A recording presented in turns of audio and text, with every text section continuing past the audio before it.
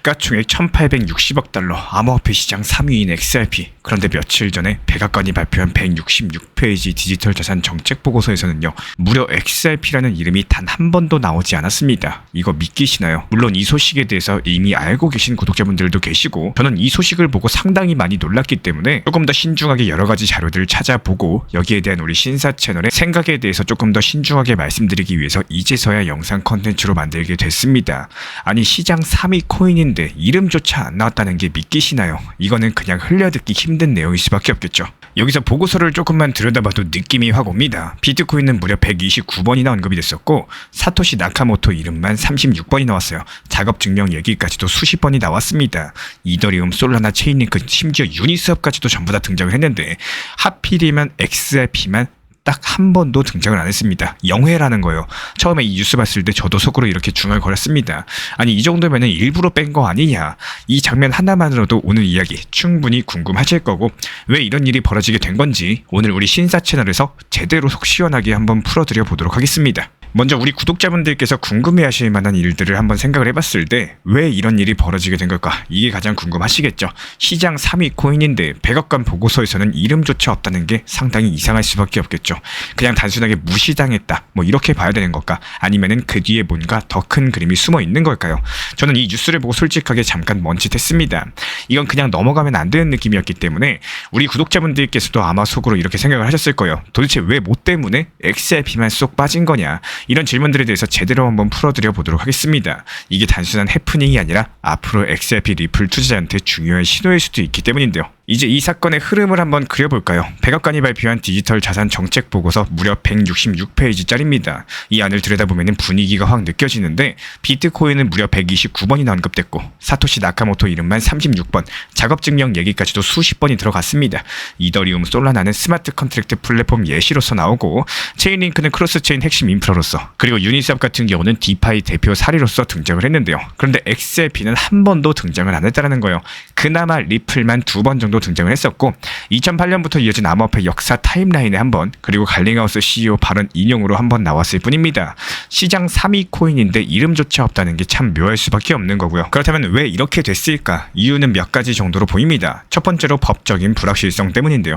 XRP는 미국에서 미국 SEC 소송을 겪었었고, 완벽하게 제도권에서 지위를 확정받은 상태가 아닙니다. 정부 입장에서는 괜히 보고서에 넣었다가 논란이 커질 수도 있는 코인을 굳이 올릴 필요가 없는 거고, 두 번째로 정치적인 회피 전략일 수가 있겠습니다. 미국은 지금 비트코인, 이더리움 중심의 정책 프레임을 굳히고 있기 때문에 XRP는 증권이냐 아니냐 논란의 상징 같은 존재라서 이름을 넣는 순간 정치적인 부담만 커질 수밖에 없겠죠.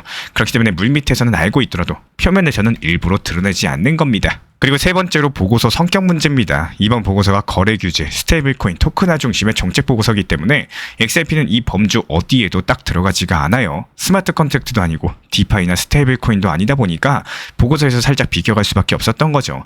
이런 흐름들로 봤을 때 왜 이름이 빠졌는지 그림이 그려지실 겁니다. 겉으로는 무시당한 것처럼 보이겠지만 실제로는 그냥 아직까지 공식 무대에 올릴 타이밍이 아니었던 거예요. 저는 이걸 보면서 이거는 겉으로 조용하지만 물밑에서 뭔가 움직이고 있다, 이런 신호탄으로 읽혔습니다. 그리고 문의 주시는 우리 구독자분들과 제가 직접 대화를 나눠봤을 때 상당히 많은 구독자분들께서 헷갈리는 포인트가 있었어요. 이게 겉으로 봤을 때 정부가 XRP를 그냥 무시했네, 이렇게 느껴질 수가 있겠지만요. 저도 처음에는 그 생각이 먼저 들은 것도 사실입니다. 그런데 여기서 조금만 더 들여다보시면은 이야기 자체가 완전히 달라져요. 정부가 XRP를 과연 모를까요? 절대로 모르는 게 아니겠죠. 리플은 보고서에 이미 2번이 언급이 됐기 때문에 단지 이거를 공식적인 정책 사례로서 올릴 타이밍이 그냥 아니었던 것뿐입니다. 말씀드려서 겉으로는 조용하겠지만 물밑에서는 이미 움직임이 있는 상태라는 거고, 법적인 지위가 완벽하게 정리가 되면서 ETF라거나 연준 마스터 계좌 같은 여러 가지 제도권 연결들이 확실해진다면은 그때부터는 보고서에서도 결제 인프라 자산으로서 이름을 올릴 가능성이 큰 거고, 결국에 이번 일을 단순하게 악재다라고만 받아들이기보다는요, 지금은 전략적인 침묵 구간이구나, 이렇게 이해하시는 게 맞을 겁니다. 저는 이걸 보고 오히려 확신이 더 커졌어요. 표면은 조용하더라도 물밑에선 이미 제도권 편입 준비가 진행 중이다, 이런 신호로 보였기 때문입니다. 그렇다면 이제 여기서부터 톤을 조금 바꿔볼게요. 차분하게 설명하던 흐름에서 슬슬 감정을 올려야 될 타이밍입니다. 겉으로 보면 조용하겠지만요, 백악관 보고서에는 이름조차 없기 때문에 그래서 처음에는 진짜 이거 무시당한 거냐 뭐 이런 생각이 들 수밖에 없는 겁니다. 그런데 여기서 중요한 건요. 저는 이걸 보면서 오히려 느낌이 달랐습니다. 표면은 이렇게 잠잠하더라도 물밑에서는 이미 제도권 편입을 향한 움직임 자체가 시작됐다. 이런 신호처럼 보였기 때문이었고 ETF나 RLUSD, 연준 마스터 계좌 이런 단어들이 하나 둘 연결되는 순간 그때부터 XRP는 어느 날 갑자기 결제 인프라 자산으로 이름을 올리게 될 거예요. 왜 중요하냐? 시장은 늘 표면이 조용할 때 진짜 움직임이 시작이 됩니다. 이게 소음이 없다라고 해서 아무 일도 없는 건 아니겠죠. 저는 이번 이슈를 보고 딱 느꼈습니다. 이건 그냥 단순한 무시가 아니라 조용한 준비 신호일 거다. 이런 흐름을 읽을 줄 아는 사람들이 결국에 기회를 잡는 투자자가 되시는 거고 표면상으로는 조용해도 물밑에선 이미 구조가 바뀌고 있다는 부분 반드시 기억해 주시기 바라겠습니다. 이번 이슈가 우리 구독자분들에게 주는 메시지가 바로 그거다. 우리 신사 채널에선 이렇게 생각을 하고 있고요. 그렇다면 이제 오늘 이야기를 정리해 보도록 하겠습니다. 이번 백악관 보고서에서 XRP가 빠진 거는 겉으로 봤을 땐 충격이겠죠. 시장 3위 코인인데 이름조차 안 나왔다 보니까 저도 처음에는 보고 이거 진짜 악재 아니냐 뭐 이런 생각까지도 스쳤습니다. 그런데 여기서 곱씹어 보시면은 이건 단순한 배제가 아니라는 거예요. 저는 이걸 조용한 준비의 신호탄으로 봅니다. ETF, RLUSD, 연준의 마스터 계좌 이런 제도권 키워드들이 하나씩 연결되는 순간부터 XRP는 어느 날 갑자기 보고서의 결제 인프라 자산으로서 등장할 가능성이 큽니다. 그러면 이게 왜 중요할까요? 시장은 언제나 표면보다 물밑이 먼저 움직이기 때문인 거고 단순하게 소리가 없다라고 해서 준비가 없는 건 아니겠죠. 겉으론 조용하지만 안에서는 이미 구조가 바뀌고 있다는 겁니다. 그래서 우리 신사 채널은 이번 뉴스를 보고 다시 한번 느꼈습니다. 우리가 봐야 되는 건 지금 현재 시점 가격이 아니라 앞으로의 XRP의 구조랑 그리고 리플의 타이밍이라는 점, 표면의 침묵 뒤에서 움직이는 이런 변화들을 읽을 수 있어야 되는 거고 이런 것들을 읽을 줄 아는 분들만이 결국에 기회를 잡는 투자자가 되실 겁니다. 오늘 제가 드리고 싶은 메시지고요. 이번에도 리플 4,850원에 매도하면서 눌림목 4,150원 구간에서 다시 매수 완료했습니다. 근데 여기서 중요한 건요. 우리 신사 채널에서는 리플 코인 한 개만 보는 게 아니라는 거예요. 리플은 일정 비중만 유지하시되 사고 팔고 반복하면서 투트랙 전략을 통해 가지고 알트코인들도 같이 병행을 하고 있습니다. 이번에도 도지코인 276원에 잡아가지고 370원에 익절 완료했고요.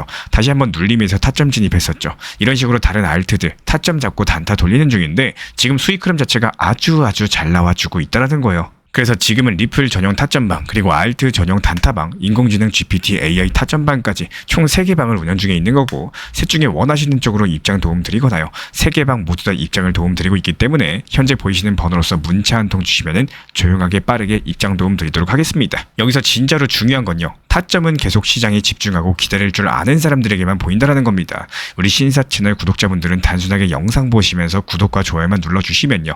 시장 모니터링은 제가 직접 하겠습니다. 전용 커뮤니티 방 통해 가지고 따라만 와주시면 되는 거고 늦었다고 생각했을 때가 가장 빠를 때죠. 지금 이 영상을 보는 이 순간 그 타이밍은 이미 오고 있다는 거 반드시 기억해 주시기 바랍니다. 최근에 7월 한 달 동안 이더리움 현물 ETF로만 무려 7조 6천억이 들어왔습니다. 전월 대비 369% 폭증하면서 그때 최대치를 경신 중에 있는데요. 저는 이 숫자 보고 솔직히 조금 놀랐습니다. 왜냐면 이건 단순하게 단타 자금이 아니라 기관들이 진짜로 이더리움을 현재 담고 있다. 이런 시작했다는 신호로 보여지고 있기 때문인데요.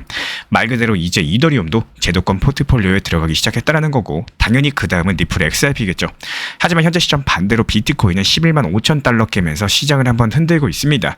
하이퍼 리퀴드 고래 아글러 트레이즈 측에서는 560억 원 정도의 손실을 확정시키면서 이 뉴스 자체도 상당히 충격적이었는데요. 이번 하락이 파생청산이 아니라 현물 매도세가 주도했다는 분석까지도 나와주면서 단순하게 레버리지로만 버티던 고래들은 손절을 당했고요. 현물에서 빠진 물량들이 현재 시장을 누르고 있다는 거겠죠. 여기서 또 아이러니한 장면도 나옵니다. 이런 하락 속에서도 기관과 고래는 오히려 매집을 하고 있다는 거. 프랑스의 CBI 측에서는 최대 2,000 비트코인 매입 계획을 발표를 했고 어떤 고래는 1.1억 달러치 비트코인을 7,400만 달러치 이더리움을 사들였습니다. 결국에 소매 투자자가 공포에 던지고 있을 때 큰 손들은 묵묵히 담고 있다는 거고 테더 쪽에서도 재밌는 소식이 있습니다. 테더가 보유하고 있는 미국 국채가 1,270억 달러를 넘어가지고 한국보다도 많아졌어요. 이제 스테이블코인이 그냥 코인 회사가 아니라요. 사실상 글로벌 채권 투자자 수준이 된 거고 이런 것들 보면 미국은 스테이블 코인을 달러 확장의 도구로 활용하는 모습까지도 보여지고 있습니다. 마지막으로 홍콩 측에서는요, 8월 1일부터 스테이블코인 조례가 공식 발효됐습니다. 홍콩에서 법정화폐 기반의 스테이블코인을 발행하고자 한다면은 이제부터는 라이선스가 필수고, 이런 것들이 홍콩이 글로벌 스테이블코인 허브로 가겠다 관련 신호이자 중국과 미국 사이에서 규제 경쟁이 본격화된다는 의미로 볼 수가 있겠죠. 결국에 정리하면 이렇습니다. 표면적으로는 가격이 빠지고 청산 뉴스가 터지면서 시장이 흔들렸고요. 하지만 물밑에서는 ETF 자금, 기관 매집, 스테이블코인 규제까지도 구조적인 움직임들이 조용히 진행 중이라는 것. 이럴 때일수록 가격보다는 구조랑 타이밍을 먼저 읽는 게 중요하다고 생각을 합니다. 현재 시장은 겉으론 시끄럽지만요, 진짜 돈은 조용히 움직이고 있다는 거 반드시 기억해 주시기 바라겠습니다. 리플 XRP 투자에 있어서 이제는 투트랙 전략이 반드시 필요해지고 있습니다. 무턱대고 몰빵하거나 반대로 또 손 놓고 기다리는 시대는 끝났어요. 첫 번째 트랙은 매달 분할 매수하시면서 시장이 빠지든 말든 일정 비중으로서 리플을 꾸준히 모아 나가시는 겁니다. 이거는 시간과 리스크를 분산할 수 있는 가장 효율적인 전략인 거고, 그리고 두 번째 트랙은 남은 현금 비중으로 알트코인 단타로서 굴려나갑니다. 수익이 나면은 그거를 다시 리플에 재투자하시면 되는 거고, 이게 바로 수익을 만드는 순환 매수 전략이 되실 거예요. 그런데 여기서 중요한 거는 단타 하실 때 조심하셔야 되는 거예요. 단타 매매 중독되면 끝장입니다. 이 매매 중독을 절대 조심하셔야 되는 거고, 예를 들어 가지고 시장이 과열인데도 지금 아니면 기회가 없다, 이런 조급한 생각에 RSI 지표가 이미 고점인데도 불안해서 또 들어가고 결국에 수익은커녕 손실만 쌓이게 되실 겁니다. 그래서 저희 채널 차원에서는 한 가지 원칙이 있습니다. 확률이 높은 날만 진입을 하세요. 그리고 시장 전체가 과매도 구간일 때, 비트코인 기준 RSI가 바닥을 찍을 때, 그때 알트코인 중에서 최근 거래량이 급등한 종목이 과매도의 경우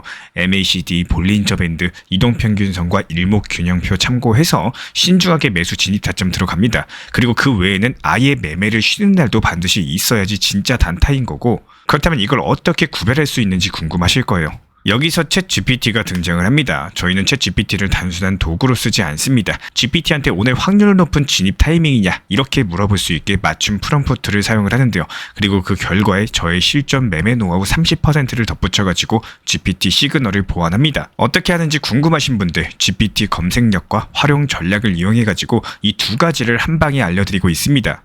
현재 보이시는 번호로서 리플 단타라고 문자 남겨주세요. 지금 이 영상 보신 분들에게만 오픈합니다. 그냥 GPT 쓰는 법이 아니라 투자로 연결되는 GPT 사용법 지금 바로 알려드리도록 하겠습니다. 제가 안내해드리고 있는 코인 신사 채널 멤버십 전용방에 대해서 짧게 설명드려 보도록 하겠습니다. 리플, 암호화폐 시장에 대한 중요한 이슈, 그리고 브리핑이나 시장의 흐름에 대한 전문적인 분석 내용 설명과 함께 차트상의 기술적 분석, 온체인 지표와 투자 심리에 대한 내용들을 같이 안내 도움드리고 있고, 가장 중요한 투자 심리를 컨트롤하기 위해서 포트폴리오의 구성에 대한 노하우, 투자 심리 컨트롤에 대한 내용도 같이 안내드리고 있습니다. 코인 신사 스터디 멤버십 가입하신 분들께서는 아래 번호 혹은 신청 링크 통해서 남겨주시면 제가 연락드리고 있고, 안내 설명과 함께 신사 채널 리플 전용 멤버십 방에도 입장 안내 설명드리고 있습니다.